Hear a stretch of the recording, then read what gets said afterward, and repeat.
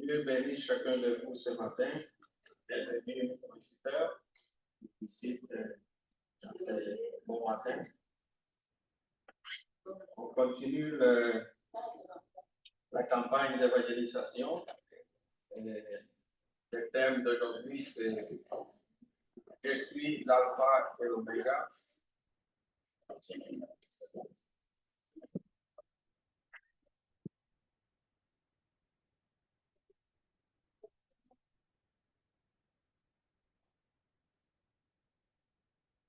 Le thème de l'étude de ce matin, je l'ai nommé « Je suis la parole divine ». Je suis la parole divine. Pour cela, nous allons aller dans Jean 1. Prenez votre Bible dans Jean 1. Si quelqu'un, un frère, il a trouvé, pouvez nous lire versets 1 à 5. Jean 1, versets 1 à 5. L'évangile de Jean. Au commencement était la parole, et la parole était avec Dieu, et la parole était Dieu. Elle était au commencement avec Dieu. Toute chose ne devait être parfaite, que rien ne s'est arrivé à une personne pleine.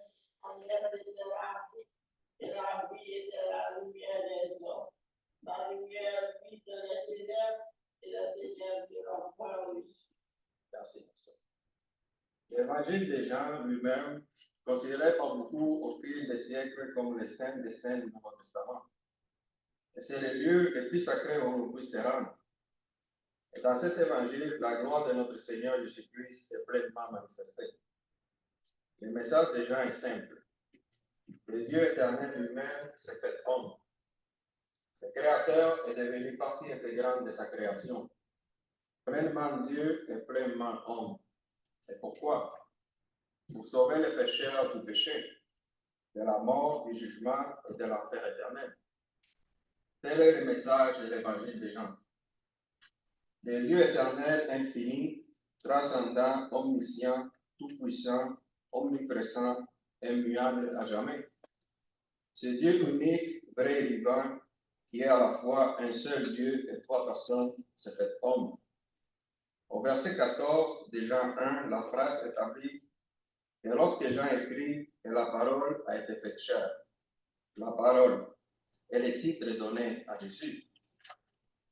Dans Matthieu 1, à la naissance de Christ, l'ange dit, appelez-le Emmanuel, ce qui signifie Dieu avec nous, car cet enfant est bel et bien Dieu avec nous. Dans Luc 1, versets 32 et 35, il doit être appelé Fils du Très-Haut, Fils de Dieu, car il est la divinité incarnée. C'est là la vérité essentielle de la foi chrétienne. Jésus est Dieu incarné. Cette réalité immense est le fondement de la foi chrétienne. 4 évangiles racontent l'histoire. 3 d'entre eux, c'est Matthieu, Marc et Luc, nous présentent l'histoire terrestre, Jésus. 3 d'entre eux abordent la naissance, la vie, les expériences, les voyages et l'appel de Jésus à ses disciples, ainsi que l'enseignement, les paraboles et les événements de sa vie, notamment son arrestation, son procès, son exécution et sa résurrection, car il résume sa vie terrestre. Mais Jean ne nous raconte pas l'histoire terrestre. Jean ne nous donne pas la vision historique de la vie de Christ. Jean nous raconte plutôt l'histoire céleste. Il nous donne la vision surnaturelle du Christ. Et en cela, Jean est unique. 90% de ce qui est dans Jean ne se trouve pas dans Matthieu, Marc et Luc. 90% de cela est le fait de Jean seul, sous l'inspiration du Saint-Esprit. L'évangile de Jean ne parle ni de la naissance du Christ, ni de ses premières années, ni de son baptême, ni de son tentation, ni il n'y a rien sur la transfiguration du Christ, rien sur le voyage du Christ, rien sur le jardin de la gloire du Christ, rien sur son ascension au ciel. Il n'y a pas de parabole non plus, car Jean ne se concentre pas sur l'histoire de sa vie. Les paraboles étaient des histoires terrestres. Ce livre est céleste, c'est un regard céleste sur le Seigneur Jésus-Christ. Et c'est le loin le plus céleste de tous les évangiles. Le but des gens est de convaincre les pécheurs de la vraie façon du Christ. C'est un livre de salut, c'est un livre d'évangélisation. Et pour avoir le salut, vous devez croire au vrai Christ. Si quelqu'un pourrait prendre Jean 20, je vais m'appeler des gens, Jean 20, verset 31, si quelqu'un prend une histoire à trouver pour aller lire pour nous. Jean 20, verset 31. Nessas coisas vão acontecer que eu falei e ele conseguiu dele e quand moyen de la vie. Merci pour ça. Pour avoir la vie éternelle, il faut croire au vrai Christ. Non pas un faux Christ, non pas une fausse représentation du Christ. Jean nous livre donc cette image trésor de 21 chapitres, démontrant dans chaque paragraphe que Jésus est Dieu, incarné, pleinement Dieu et pleinement homme. Voilà le Christ auquel il faut croire pour être sauvé.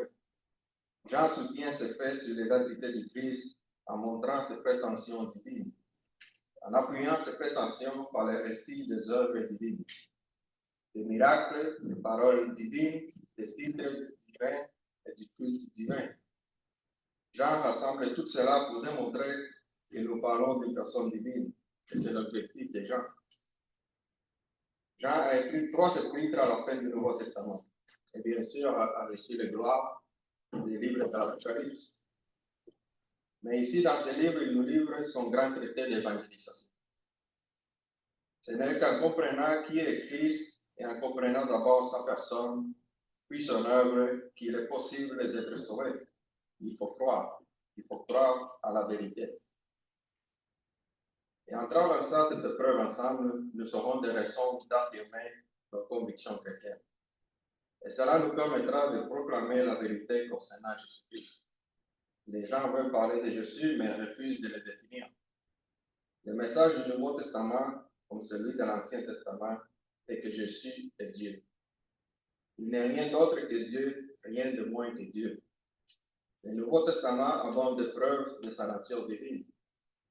Philippiens 2, 6, 8, si quelqu'un pourrait le lire pour nous.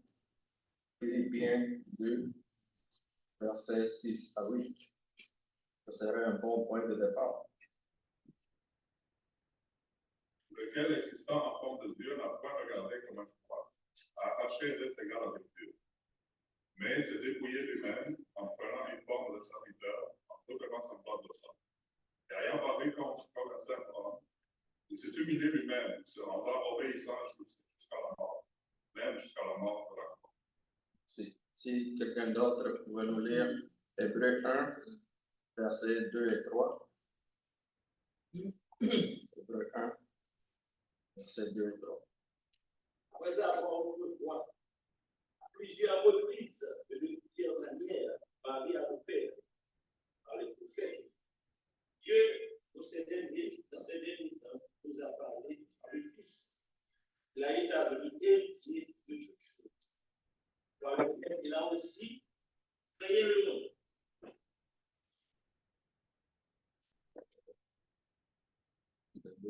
Et 3 aussi. Verset 3 aussi. Verset 3 aussi. Et qui est le reflet de sa gloire et l'entrée de sa personne et souplant toutes choses à sa parole, puissant à faire l'application des péchés et s'est assis à la droite de la majesté divine, dans les lieux très hauts. Merci mon frère. Si l'on considère les titres donnés à Jésus et à Dieu, on constate leur égalité. Dieu et Jésus sont tous deux appelés berger, juge, saint, alpha et oméga, le premier et dernier, lumière, Seigneur, sabbat et sauveur. Les titres sont donnés à Jésus qui n'appartient qu'à Dieu. Notre Seigneur Jésus est décrit comme éternel, omniprésent, omniscient, omnipotent, immuable, souverain, tout glorieux et éternel. Jésus a fait des œuvres que seul Dieu peut faire. Il a créé, il a ressuscité les morts, il a vaincu le royaume des ténèbres, il a pardonné les péchés.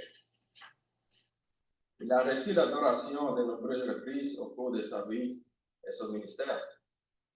Dans Jean 20, 18, Thomas lui répondit, « Mon Seigneur et mon Dieu. » Il dit dans Jean 14 qu'il est celui qui qualifie toute prière, celle qui doit être acceptée et exaucée par Dieu. Si vous demandez quelque chose en son nom, il l'entend et l'accomplit. Il exauce les prières comme Dieu seul peut les faire. Il accomplit des œuvres que seul Dieu peut accomplir. Il reçoit une adoration que seul Dieu peut recevoir. Il exauce les prières que seul Dieu peut exaucer. Et nous allons voir au fil de l'évangile des Jean, preuve après preuve de sa divinité.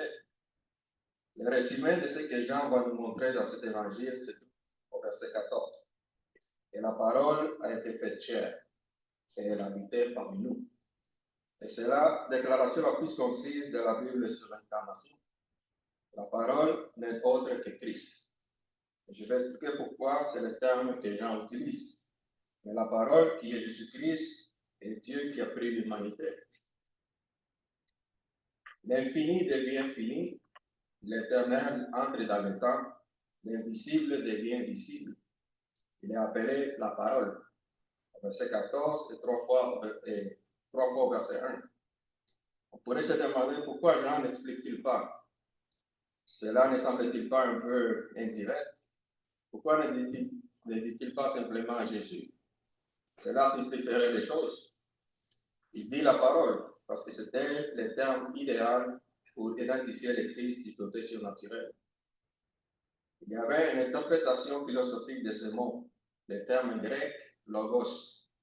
Il croyait à un esprit logos, une source de pouvoir impersonnel, une entité énergétique et personnelle, car il comprenait que la création dans laquelle il vivait ne pouvait exister sans un créateur, mais il la croyait impersonnelle.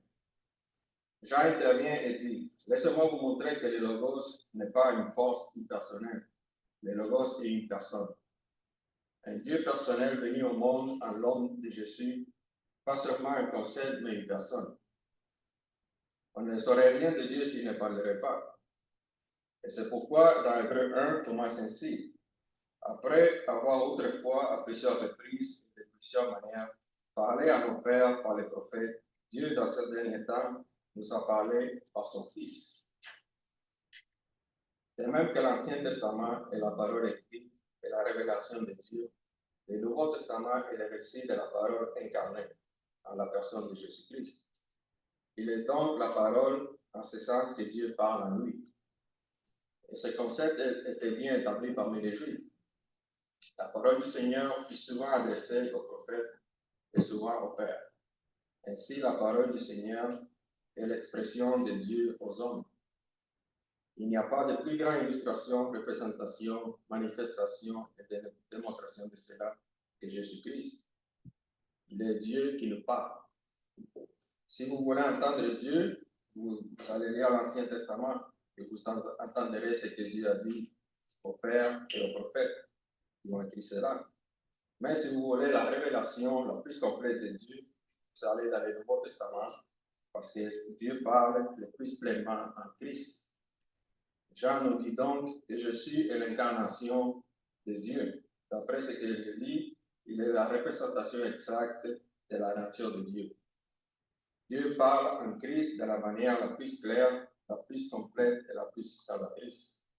Ainsi, la parole se fait chair. Celui qui est le pur être s'est fait homme, s'est fait chair et a habité parmi nous. Philippiens 2. Il a été fait en la ressemblance de son. Il participe à la chair et au sang, dit Hébreux 2, 14. Colossiens 2, 9. Car en lui habite corporellement toute la plénitude de la divinité. Pleinement Dieu et pleinement homme. Pas à moitié Dieu, pas à moitié homme, pleinement Dieu, pleinement homme. C'est le message des gens à travers ce livre. Toute attaque contre sa divinité est une hérésie. Toute attaque contre son humanité est une hérésie. Maintenant, afin de démontrer que Jésus est pleinement Dieu dans la chair humaine, en mettant l'accent sur l'aspect divin, Jean nous présente trois vérités très importantes. Trois éléments démontrant la divinité du Christ. Sa préexistence avec Dieu, sa coexistence avec Dieu et son existence propre avec Dieu. Voici le message de Jean. Au commencement était la parole, une simple déclaration. Maintenant, quel commencement? Le commencement de quoi? Au commencement de Genèse 1:1, c'est là le commencement. C'est ce qu'on apprend de la Bible. Au commencement, Dieu créa les cieux et la terre. À ce commencement, la parole était. Quelle est l'importance de cela? La parole existait déjà. C'est-à-dire que la parole, qui n'est autre que le Fils de Dieu, Jésus-Christ, existait déjà lorsque Dieu a créé tout ce qui existe. Or, si vous ne faites pas partie de la création, vous ne faites pas partie du temps et de l'espace. Si vous ne faites pas partie du temps et de l'espace, alors vous êtes éternel. C'est une affirmation très importante. Jean affirme sa préexistence. Il existait avant le commencement de tout ce qui existe. Il n'a pas commencé avec le commencement. Il ne fait pas partie de la création. Il n'est pas un être créé. Le temps a commencé avec la création. Le temps a commencé le premier jour où Dieu a créé. Et le temps va continuer jusqu'à ce qu'un jour ça prenne fin et que nous vivions dans l'éternité sans temps. Mais puisque le temps est à l'origine, avec le commencement du temps a commencé la création. Car cet être, la parole existait avant le temps et par conséquent est hors du temps. Et par conséquent éternel. C'est très important et d'une clarté indéniable. C'est pourquoi Jésus emprunte un titre que Dieu utilise pour décrire sa propre éternité. Lorsque Moïse voulut connaître le nom de Dieu, Dieu dit, mon nom est je suis, celui qui suis. Et à plusieurs reprises dans l'évangile des Jean, Jésus dira, je suis et je suis. Et il sera même si audacieux qu'il dira aux Juifs, avant qu'Abraham fût, je suis, en Jean 8, 58. Il ne parle de lui-même qu'au présent continu, parce qu'il n'y a jamais eu de temps où il n'existe pas. Ceci est également renforcé au verset 1. Comme on a lu, au commencement était la parole, et la parole était avec Dieu. Et répété au verset 2. Il était au commencement avec Dieu. Il est intéressant que cela soit dit deux fois. La parole était avec Dieu, verset 1, juste après, au commencement avec Dieu. Il est intéressant que cela soit dit deux fois. La parole était avec Dieu, verset 1, juste après, au commencement avec Dieu. C'est une insistance pour s'assurer que nous ne manquons pas l'essentiel. Il est hors du temps, il existe en tant que Dieu éternel. Mais écoutez ceci, il existe non seulement en tant que Dieu éternel, comme le dit le verset 1. La parole était Dieu, il existait éternellement avec Dieu.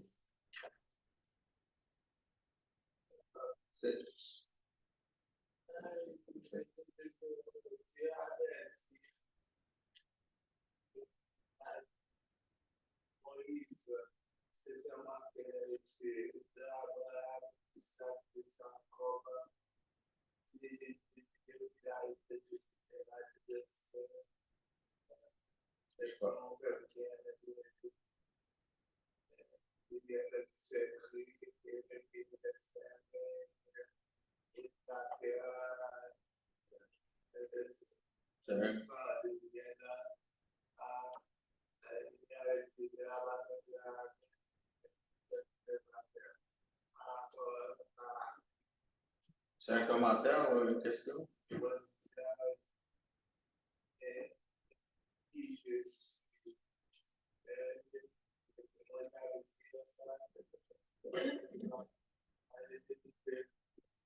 Excusez,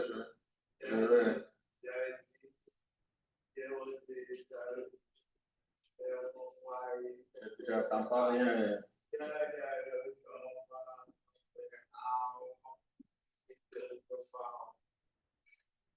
Après l'étude, on va converser, tu me diras parce que j'attends pas bien ici. Je vais conclure l'étude, puis si on a quelques minutes, on pourrait parler après. Merci. Donc, c'est très important, car cela nous apprend que non seulement il est Dieu éternel, mais qu'il est distinct du Dieu éternel. Et c'est là que nous comprenons qu'il y a un seul Dieu dans trois personnes. Il est Dieu, la parole était Dieu, mais la parole était aussi avec Dieu. Comment peut-on être Dieu avec Dieu? Je se pose cette question. Et seulement une approche trinitaire peut expliquer cela. Être Dieu par nature, tout en étant une personne distincte en communion avec Dieu. On peut trouver une belle illustration de cette relation qui est dans Proverbe 8. Proverbe 8, versets 27 à 30. Je vais lire pour vous, verset Proverbe 8, versets 27 à 30.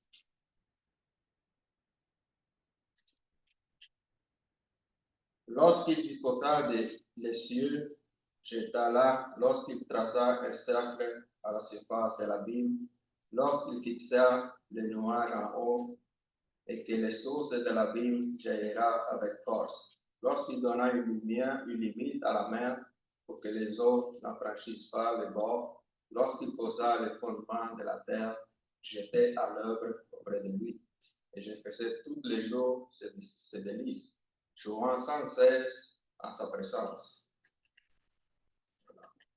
Serait-ce le témoignage de celui qui est la parole, qui était avec Dieu lors de la création?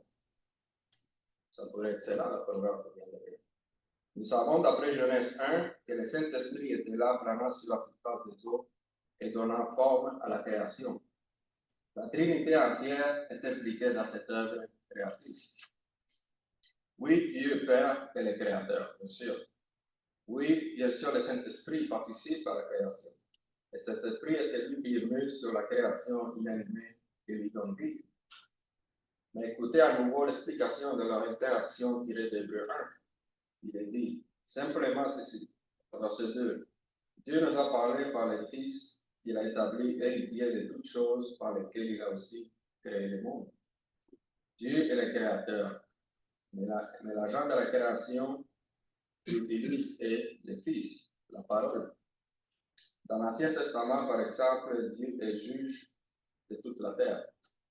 Pourtant, dans le Nouveau Testament, l'agent du jugement est clairement le Christ, car il lui a confié tout jugement. À côté de la vérité de la préexistence, il y a la deuxième vérité de la coexistence. Et nous avons déjà établi cela dans le verset 1. La parole était Dieu. Pour ceux qui viennent d'arriver, nous sommes dans Jean 1, verset 1 à 5. La parole incarnée. Donc, la parole était Dieu. S'il a préexisté au temps et à l'espace, s'il a préexisté à la création, s'il existait déjà avant que quoi que ce soit ne soit créé, alors il doit être créé. Et s'il est créé, il doit être Dieu. Dans les mains.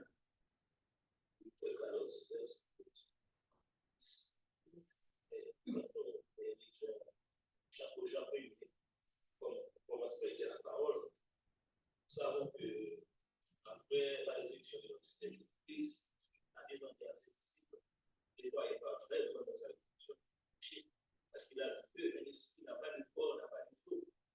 C'est tout cela pour un petit peu, nous devons avoir quelque chose. Si Dieu n'était pas envoyé son Fils sur la terre, pas en son nom, parce que la parole était là dans le peuple l'esprit, en esprit. Alors, la parole vient habiter dans un corps physique pour témoigner la grandeur de Dieu. C'est ce que je pense concernant Jean 1er. Oui. Parce que sans l'existence de Jésus, sans l'existence de la terre, Dieu, personne n'est dans les paroles de Dieu. Et même avant, pendant le patriarche, Dieu a parlé toujours à travers les hommes. À travers les prophètes. Ok? Oui. Merci pour.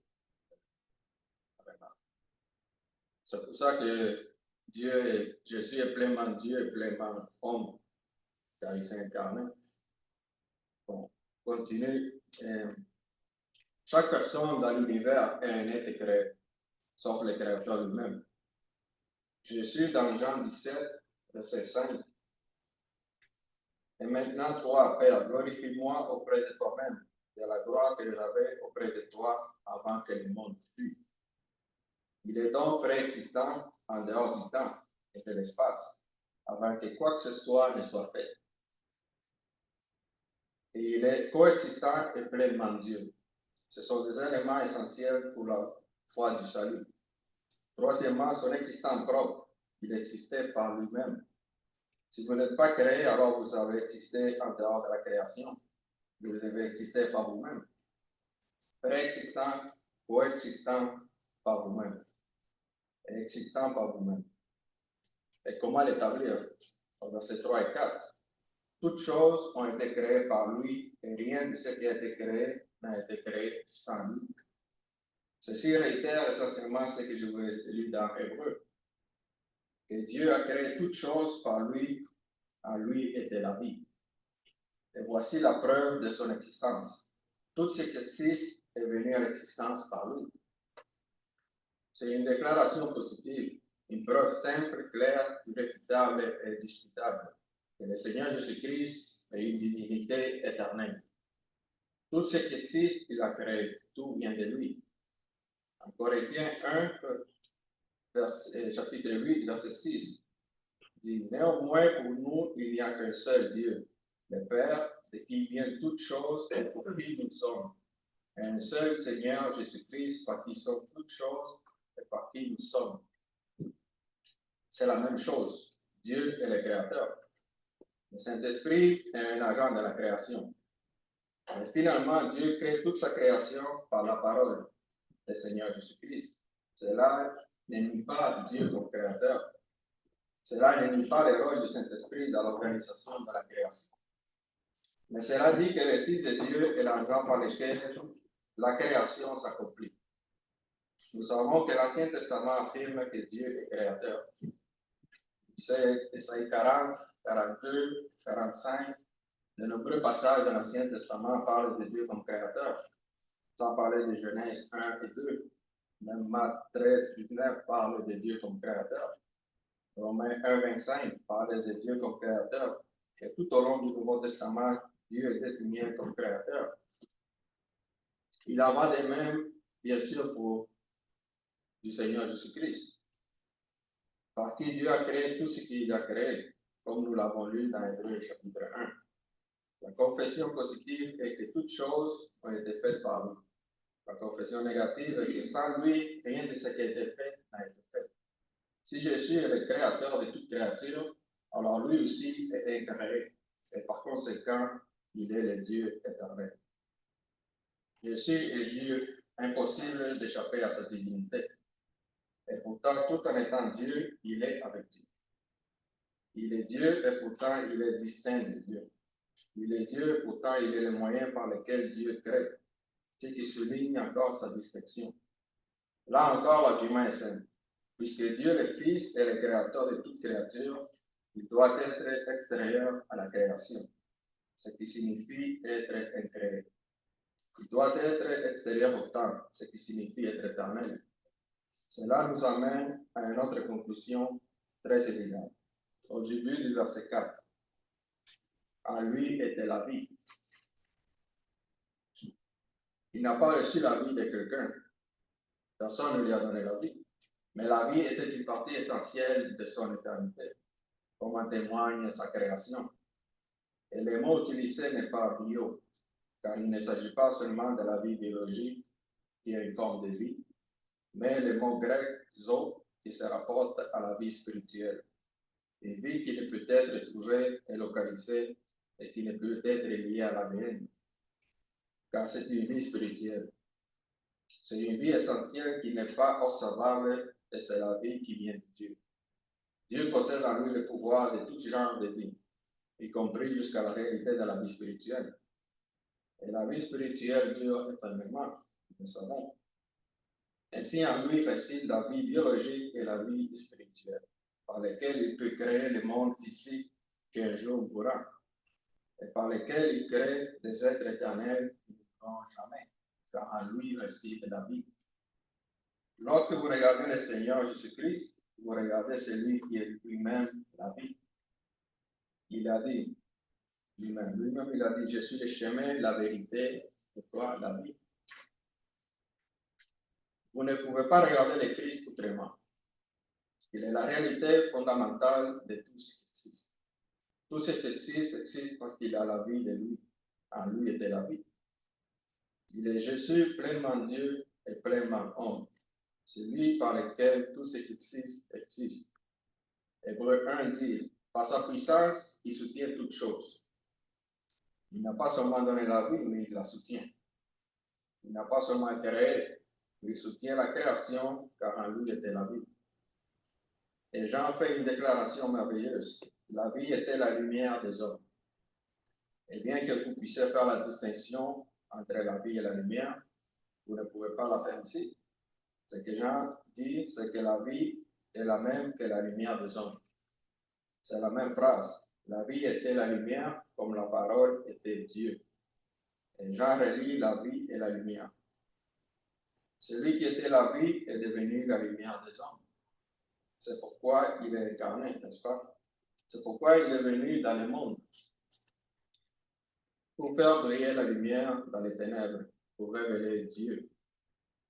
C'est une déclaration égale, c'est une déclaration parallèle. La vie et la lumière dans ces cas sont la même. La lumière est la révélation de la vie. Je suis la vie dans Jean 8, 12. Si quelqu'un pourrait le lire pour nous. Jean chapitre 8, verset 12.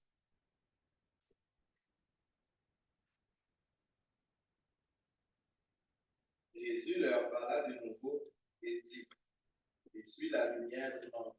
Celui qui me suit ne marchera pas dans la lumière, mais il aura la lumière et la vie. Merci, mon cœur. Il est la vie manifestée. Et cette vie manifestée est appelée lumière.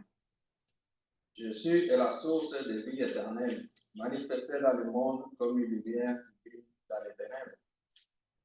Et la lumière dit, le verset 5, brille dans les ténèbres. Le verset 9 dit, la véritable lumière vient dans le monde et elle éclaire toutes les hommes. La lumière brille dans les ténèbres et les ténèbres ne l'ont pas reçue. Vous savez que les ténèbres ne peuvent vaincre la lumière. La lumière triomphe toujours des ténèbres. Grâce à Dieu. Jésus vient au monde comme lumière et il éclaire le monde et il continue de le faire. Remarquez ceci, les ténèbres ne peuvent vaincre la lumière. Quelles sont les ténèbres? À quoi font-elles référence? Eh bien, si vous lisez Luc 22, 53, Jésus s'approchait de la croix et disait, c'est l'heure de la puissance des ténèbres. Les ténèbres font référence à Satan, au démon et à tout complexe des ténèbres. Le royaume de Satan, dont toutes les hommes font partie, de votre père, le diable, et qu'il est le prince des ténèbres. Les démons des ténèbres ne peuvent pas vaincre la lumière. Depuis la promesse de Dieu d'envoyer un rédempteur, Satan a fait tout ce qu'il pouvait pour éteindre la lumière.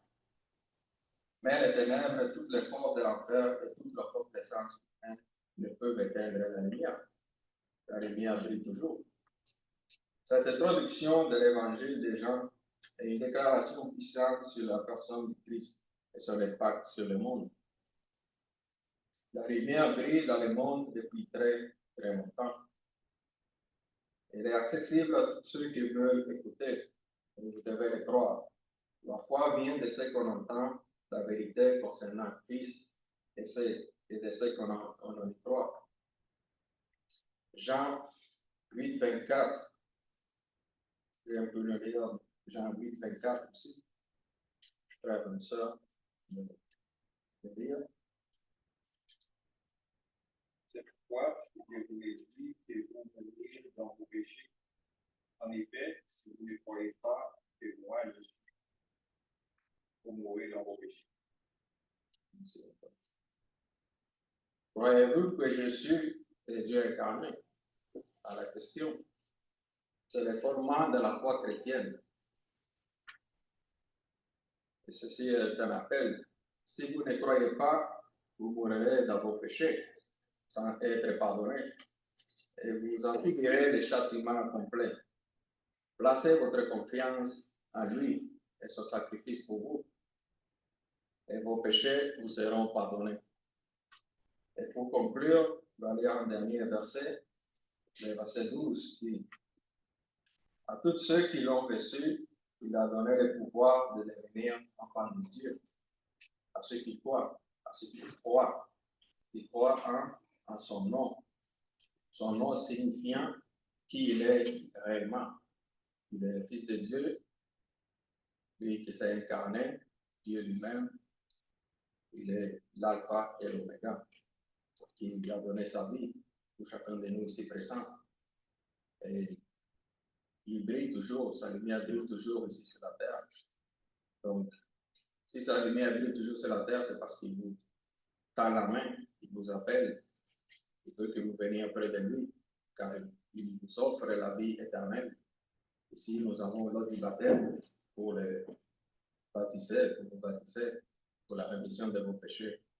Donc, ne tardez plus, Dieu vous aime pour que vous veniez au pied de la croix et que vous acceptez son sacrifice, que vous reconnaissiez qu'il est le Fils de Dieu, que vous reconnaissiez qu'il est Dieu incarné et qu'il a donné sa vie pour nous. S'il me reste encore 5 minutes, s'il y a des commentaires ou des questions.